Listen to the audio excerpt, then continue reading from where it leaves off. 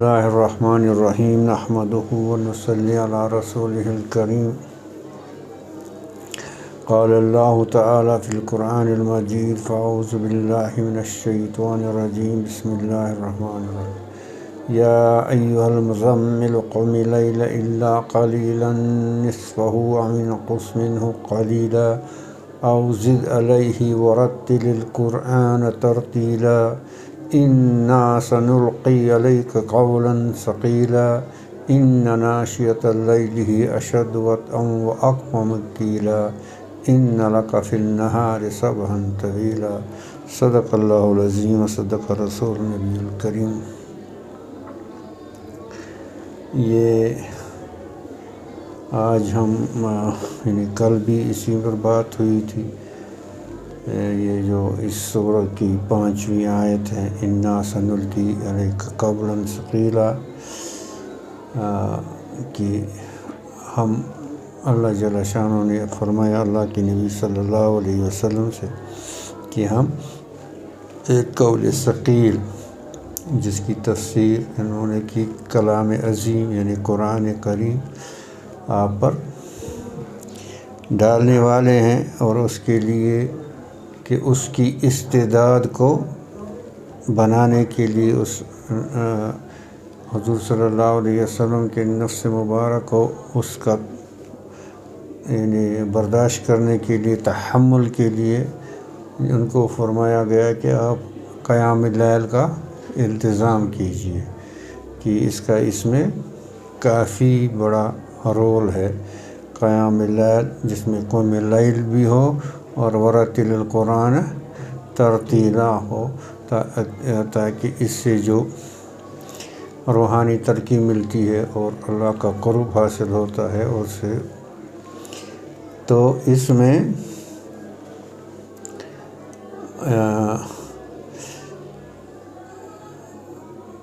یہی فرمایا انی امرتک بصلاۃ اللیل لأنا سنلقی علیک قولا ثقیلا، کہ بے شک ہم نے آپ کو صلاۃ اللیل کا حکم دیا تو اس لیے کہ آپ پر ہم ایک قول ثقیل ڈالنے والے ہیں، فصیر نفس کا مستعدہ لقبول ذلک المعنی، تاکہ آپ کا نفس تیار ہو جائے اس عظیم کلام کو قبول کرنے کے لیے۔ اور دوسری یہ تو ایک توجہ اس کی کہ قرآن یعنی فی نفس ہی ایک بہت ہی عظیم کلام ہے، تو اس کا اور جس کو جتنا ادراک ہوگا، جس کی جتنی اندر لطافت ہوگی، جتنی اندر صفائی ہوگی، اتنا اس کا اس کے یعنی ثقل کا یا اس کے باہری پن اس کا اتنا محسوس ہوگا، جو جتنا تو اللہ کے نبی صلی اللہ علیہ وسلم تو الطف تھے، مزاجن عادل، الطف خلقن و عادل مزاجن، اور کیا کہتے ہیں بکمال روحانیتاً و رحمانیتاً، روحانیت میں بہت ہی باکمال تھے، تو اس لیے ان کے لیے ہاں۔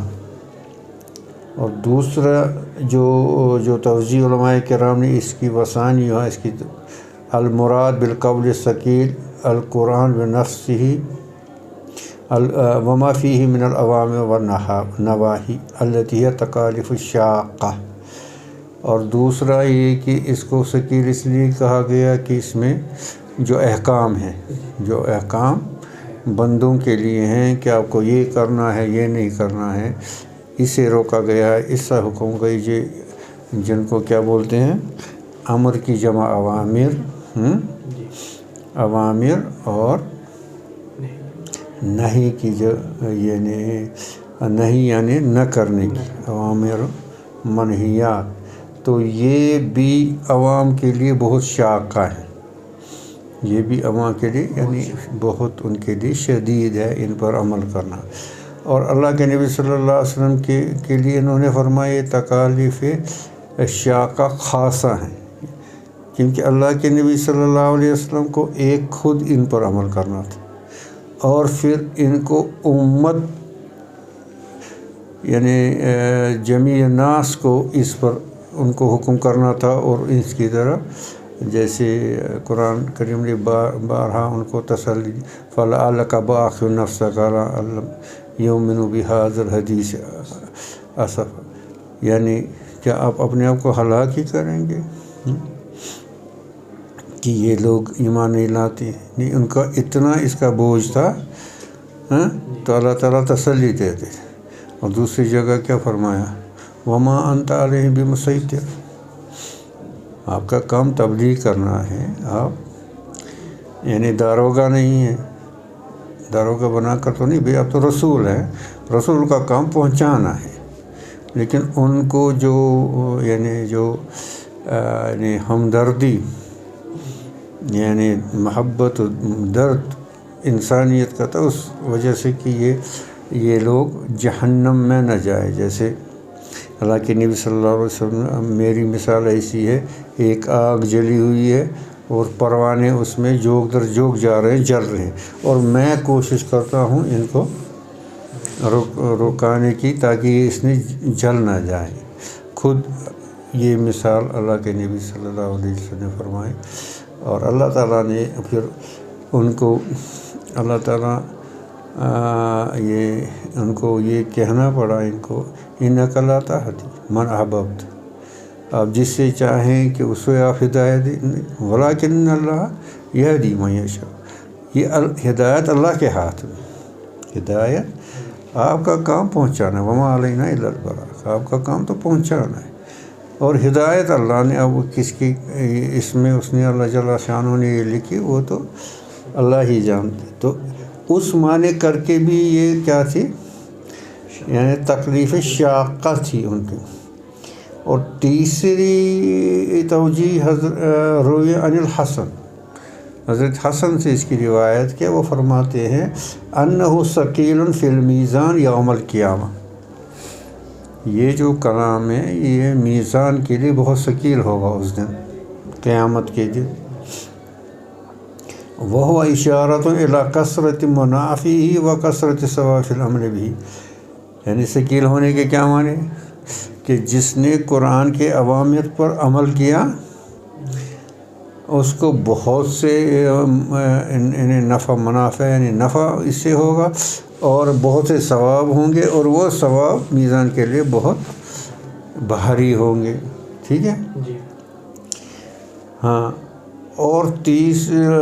رابعہ چوتھی یہ توجیہ المراد انہ علیہ الصلوۃ والسلام کان یذکر عند نزول الوحی علیہ، کہ اللہ کے نبی صلی اللہ علیہ وسلم جیسے روایات میں آیا ہے کہ اللہ کے نبی صلی اللہ علیہ وسلم جب وحی آتی تھی تو ایک بہت بوجھ محسوس کرتے تھے، اگر سردیاں بھی ہوتی تو پسینے آتے تھے، جیسے روایتوں میں کہ وہ اونٹ پر تھے تو اونٹنی بیٹھ گئی۔ حضرت زید کے ایران پر ٹیک لگائے تھے تو حضرت زید نے فرمایا میری یہ ایران ٹوٹ جائے گی، میں اس کا برداشت نہیں کر، تو وہ تو مطلب روایت کثیر سے وہ کہ یہ اس طرح سے جو وحی آتی تھی یہ اس طرح سے کیا کہتی ہیں، یعنی اس کا ثقیل ہونا ثابت ہے روایتوں سے، ٹھیک ہے، یعنی جو یہ اور دوسرا یعنی دوسرے کچھ علماء کرام نے فرمایا اِنَّا سَنُلْقِي عَلَيْكَ قَوْلًا، کہ اب یہ تو جب وحی آتی تو کتنا بھاری ہوتا تھا، اب ہم یہ پائے در پائے آپ پر بھیجنے والے ہیں۔ قرآن تو ایک بار ہی نہیں نازل ہوا، 23 سال نازل ہوا، اب یہ پائے در پائے ہم آپ کو اس معنی کر کے بھی یہ قول ہے ہاں۔ ان الوحی نزل علیہ وہو علی ناقتی، تو جیسے روایت میں ہے کہ وہ اونٹنی پر تھے اور وحی فسکر علیہ حتی وضعت، یعنی وہ پھر وہ بیٹھ ہی گئی اس بوجھ سے، فلم تستطع ان تتحرک، اور وہ حرکت کرنے کے لائق نہیں رہی۔ وعن ابن عباس رضی اللہ تعالی عنہ کان اذا نزل علیہ الوحی سکر علیہ ونربد وجہہ، وَأَنْ عَائِشَةَ رَأَيْتُهُ يَنزِلُ عَلَيْهِ وَحْيٌ فِي الْيَوْمِ شَدِيدِ الْبَرْدِ فَيَفْصِحُ کہ میں نے دیکھا شدید سردی میں جب ان پر وحی آتی تھی تو ان کے جبین مبارک پسینے یعنی نظر آتے تھے. ہاں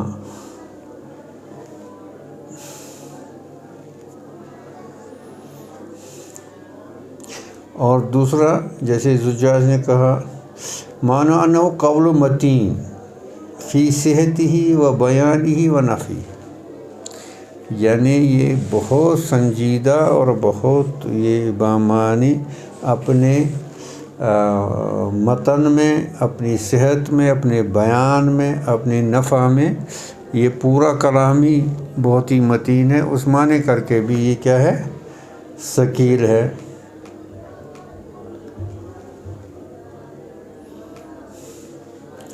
اور ایک اور جیسے وقال ابو علی الفارسی انہ ثقیل علی المنافقین، منافقین پر تو یہ بھاری ہے ہی ہے، وہ تو ظاہر ان کے لیے بھاری ہے، کیونکہ یہ ان کے دین کو کیا کرتے تھے، یعنی ان کے دین کو قرآن ان کو رد کرتا تھا، ان کو باطل قرار دیتا تھا، تو ان کے لیے تو یہ ثقیل ہے ہی ہے، اس میں تو کوئی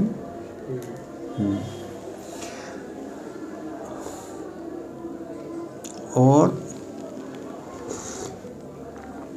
وَتَاسِعُهَا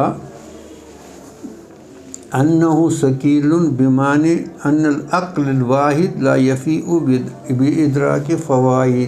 فَوَائِدِهِ وَمَعَانِيهِ بِالْكُلِّيَّةِ،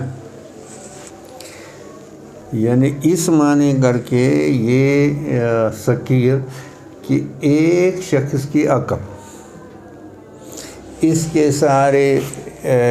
جتنے بھی اس کے شعبے ہیں، جتنے بھی اس کے یہ ہیں مفاہیم ہیں اور طرق ہیں، یہ ہیں، تو وہ ایک ہی سارا اس کو مطلب اس کا ادراک کر سکے، ایسا نہیں. اسی لیے آپ دیکھو گے فالمتکلمون غاصوا فی بحار معقولات، اب ایک جماعت آئی متکلمین کی اور انہوں نے صرف ایک شعبہ اس کا لیا، علم کلام میں بحث کیا، وہ اسی سمندر میں کود پڑے. فالمتکلمون غاصوا فی بحار، اور پھر فقہاء آئے، والفقہاء اقبلوا علی بحث عن احکامہ، تو انہوں نے ان کے احکام پر بحث، جیسے آپ جانتے ہو فقہاء نے کتنی عرق ریزی سے کام کیا ہے، اور اسی کا وجہ ہے 1400 سال 1500 سال ہو گئے اور زمانے نے اتنی ترقی کی، اتنی تبدیلیاں آئی، لیکن آج بھی مسلمانوں کے پاس ہر چیز کا جواب ہے. آج کا زمانہ ہی یعنی آج کے حالات ہی مختلف ہیں، ٹیکنالوجی ہے، دوسری چیزیں ہیں، اور جو مطلب صحابہ کے زمانے میں جس کا تصور بھی نہیں کر، لیکن اس کے باوجود قرآن ایسی جامعہ اللہ تعالیٰ کا کلام جو اس امت کو نصیب کیا، اور پھر اس میں ایسے افراد پیدا کیے جس میں جیسے آپ نے مجھ سے زیادہ جانتے ہوں گے امام ابو حنیفہ علیہ رحمہ نے 40 اس وقت کی چوٹی کے فقہاء علماء محدثین کی جماعت تیار کی تھی. اب اس میں وہ مطلب کیا کہتے تھے، مسائل کو فرض کرتے تھے، یعنی وہ مسائل بھی تھے نہیں، اگر ایسی صورت ہو تو ایسی صورت میں کیا، اگر ایسی صورت ہو ایسی صورت میں کیا. تو ایک بہت بڑا ذخیرہ آج بھی آپ کو کسی چیز کی. ابھی میں کیا کہتے ہیں اس کو، ایک آرٹیکل پڑھ رہا تھا، سوشل میڈیا پر بڑا وائرل ہو رہا تھا.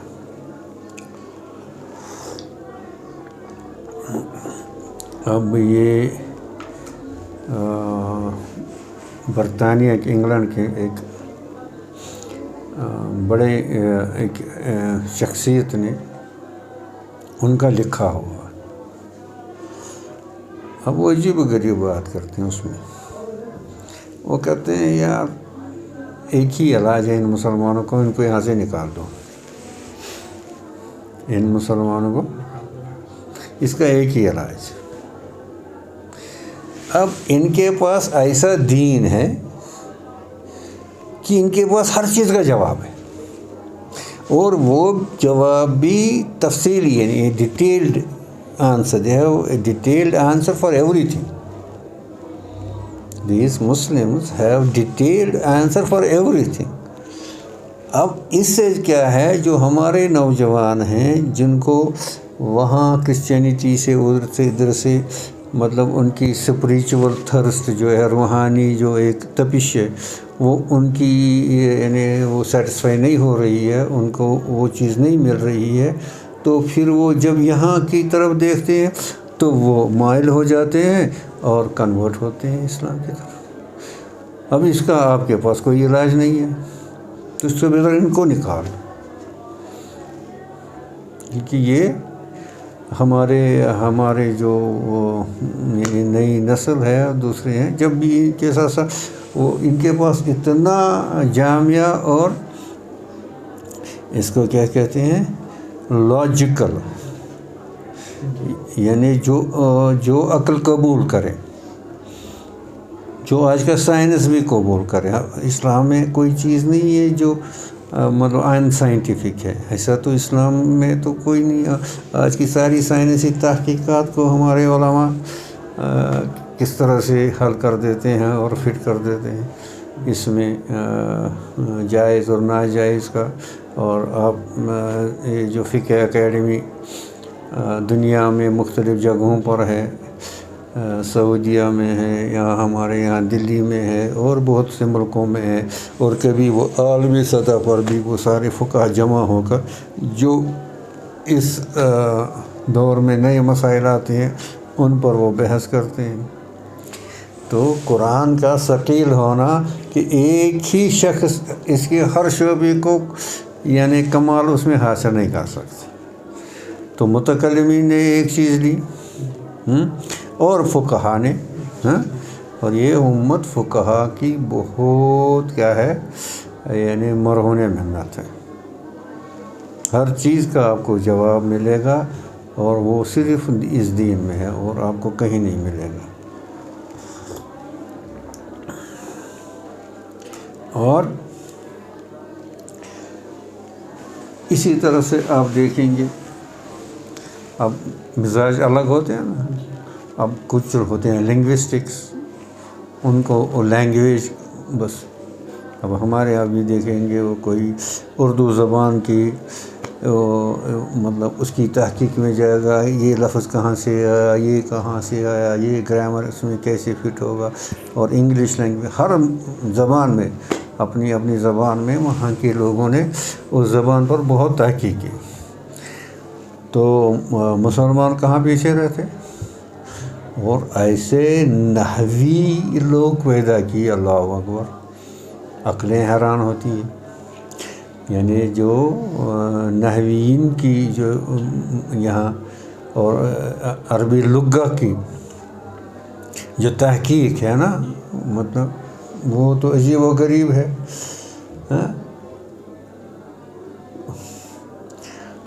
اور پھر اور رہے پھر ارباب معانی، جی وہ متکلمین اس میں گئے، فقہا اس میں گئے. اب محدث تو محدثین تو مطلب وہ بھی قرآن کی شرح ہے، حدیث بھی تو قرآن کی شرح ہے نا. اور مفسرین نے اس میں کیسی محنتیں کی. اور جو ارباب معانی ہیں، ثم لا يزال كل متأخر يفوز منه فوائد ما وصل إليها متقدمون. اب یہ سلسلہ یہاں جاری ہے. متقدمین جو محنت کی اب متأخرین بعد میں آنے والے جو علماء ہیں اس سے برابر وہ استفادہ کرتے ہیں اور اس میں اور بھی اضافہ کرتے ہیں، کیونکہ قرآن کے معانی تو کبھی ختم ہونے والے نہیں ہیں۔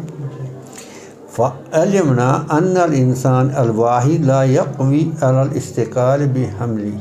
تو ایک ہی شخص یہ سارے علوم ان کو ہے نا، اب نبی کریم صلی اللہ علیہ وسلم تو جامعہ شخصیت تو ان کے وہی تو منبع ہیں، یہ تو اس میں سے جو شاخیں نکلنے والی ہیں، جوئے نکل رہے، سمندر تو وہی ہیں، پھر ایک چھوٹا سا دریا ادھر سے نکلا متکلمون کا اور فقہا کا، ایک دریا یہاں سے نکلا، یہ سارا منبع تو وہی ہے نا۔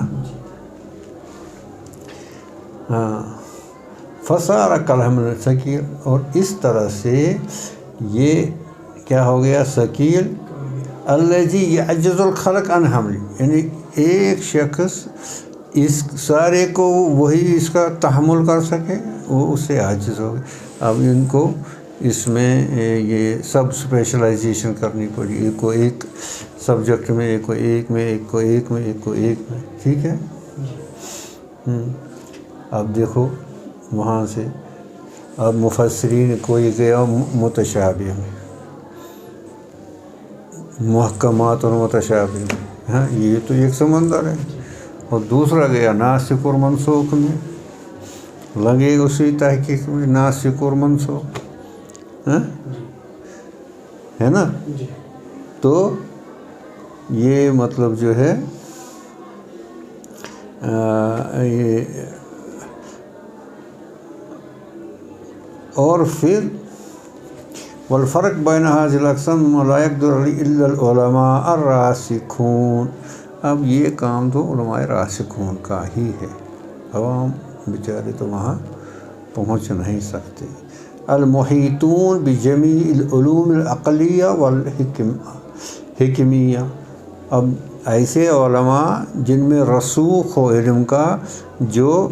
عقلی علوم اور حکمت سے، یعنی عقلاء و حکماء، لقمان علیہ السلام نے بیٹے کو کیا نصیحت کی،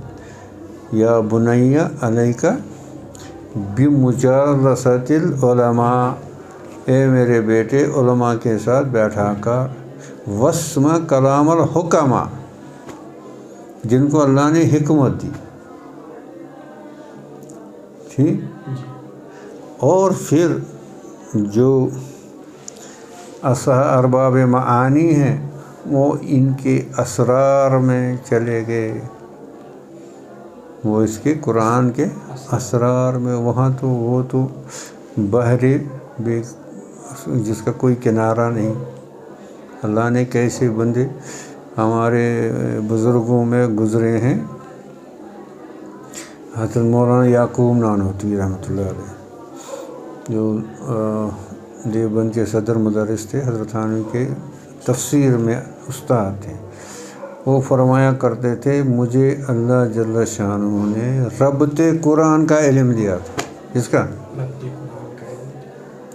لیکن میرے سینے نے اس کا تحمل نہیں کیا، میں اس کو برداشت نہیں کر سکا، اور وہ مجھ سے اٹھایا گیا۔ ربط، یہ آیت اس کے بعد یہ آیت کیوں ہے، یہ لفظ اس کے بعد یہ لفظ کیوں ہے؟ ایک نے کل ہی مجھے پوچھا، قرآن میں اکثر ہے غفور رحیمہ، یا دو صفتیں اکثر ہیں، اب یہ تو بہت بڑا علم ہے،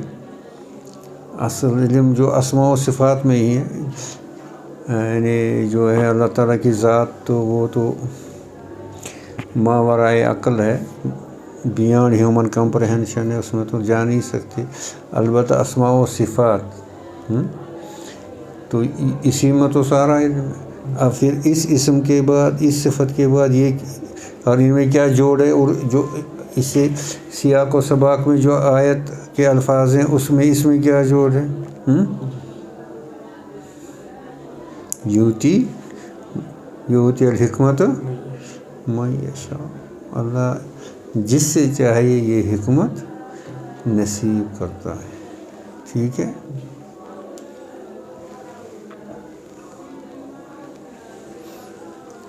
آگے چلنا کیا نہیں اتنے واقع